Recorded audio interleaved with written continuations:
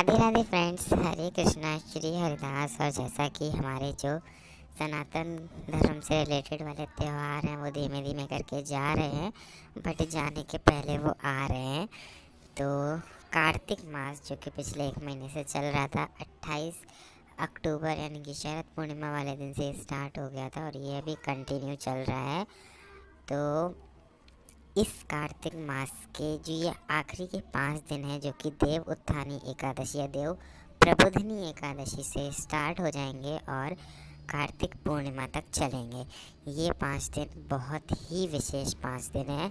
इन्हीं 5 दिनों में पितामह भीष्म ने धर्मराज युधिष्ठिर को कार्तिक मास का महात्म्य भी सुनाया था, प्लस ये भी बताया था कि अगर कोई व्यक्ति पूरा कार्तिक मास नियमों के साथ ना कर सके, नियमों का पालन ना कर पाए, व्रत ना कर पाए, संकल्प ना कर पाए, दान इत्यादि ना कर पाए, तो कैसे वो 5 दिनों में दान इत्यादि कर कर नियमों का पालन कर कर पूरे महीने किए हुए पुण्य को अर्जित कर सकता है। ये 5 दिन बहुत ही विशेष बताए जाते हैं हमारे धर्म में।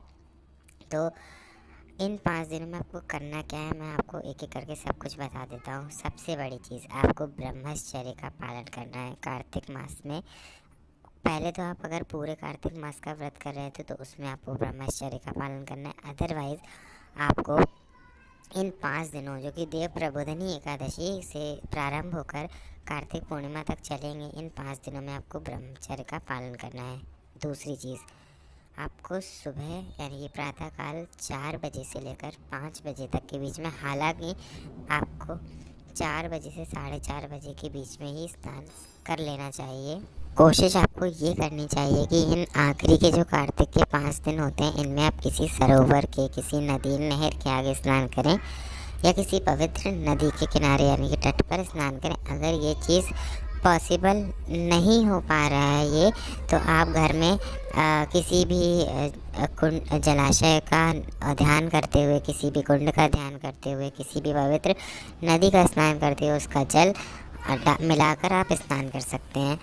तीसरी चीज़, आपको इन 5 दिनों में बिल्कुल भी क्रोध नहीं करना है। जितना हो सके उतना भजन करिए, नाम जप करिए, इससे आपको क्रोध ऑटोमेटिकली नहीं आएगा। तीसरी चीज़ क्या आती है, और तीसरी चीज़ आपको कोशिश ये करनी चाहिए कि इन 5 दिनों में आप व्रत रखें। प्रॉपर व्रत आपको रखना है और अन्य का त्याग कर कर आपको ये व्रत रखना चाहिए। लेकिन अगर किसी प्रॉब्लम के चलते आप अन्य का त्याग करके अन्य का त्याग करके व्रत नहीं कर सकते हैं, तो फिर आप एक टाइम भोजन कर लीजिए। अदरवाइज़ आप 2 टाइम भोजन कर लीजिए। लेकिन आपको इन 5 दिनों में कोशिश ये करनी चाहिए कि प्याज, लहसुन, बाहर की चीज़ें आपको नहीं खानी है। और ख़ासकर जो चीज़ें आपको नहीं खानी है वो है चावल आपको बिल्कुल नहीं खाने हैं, मसूर की दाल आपको नहीं खानी है और बैगन आपको नहीं खाने। तो कोशिश करिए कि ये सारी चीज़ों का सेवन आप ना करें। और प्याज, लहसुन तो इन दिनों घर में होना ही नहीं चाहिए, आप हटा दीजिए अगर आपके घर में रखा हुआ है तो।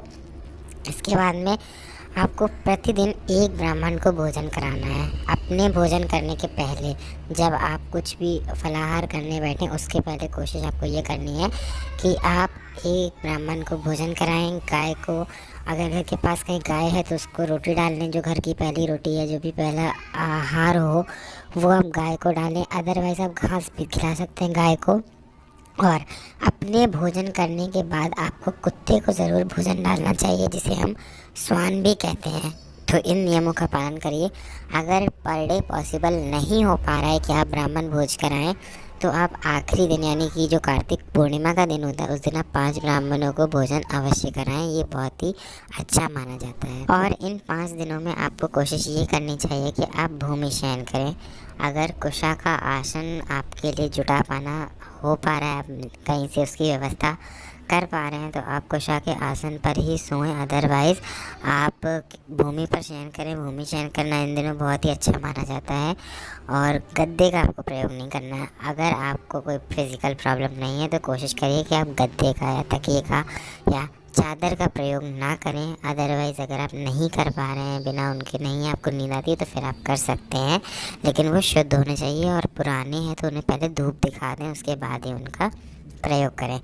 तीसरी चीज़ जो आती है, आपको जितना हो सके कोशिश ये करनी चाहिए कि आप झूठ ना बोलें।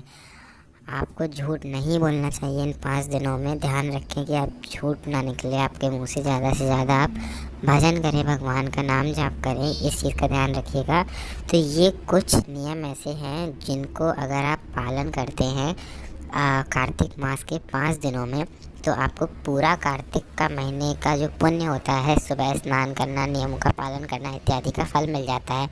भीष्म पितामह ने धर्मराज युधिष्ठिर को ये जो है ये संवाद भीष्म पितामह और धर्मराज युधिष्ठिर के बीच में हुआ था, जो कि पूरे 5 दिन चला था। और ये स्टार्ट हुआ था देव प्रबोधिनी एकादशी के दिन और समाप्त हुआ था कार्तिक पूर्णिमा के दिन। इसीलिए भगवान कृष्ण ने प्रसन्न होकर इन 5 दिनों को कार्तिक के, मैं कहूँगा पूरे महीने का एक सार के रूप में हमारे सामने ला कर रख दिया।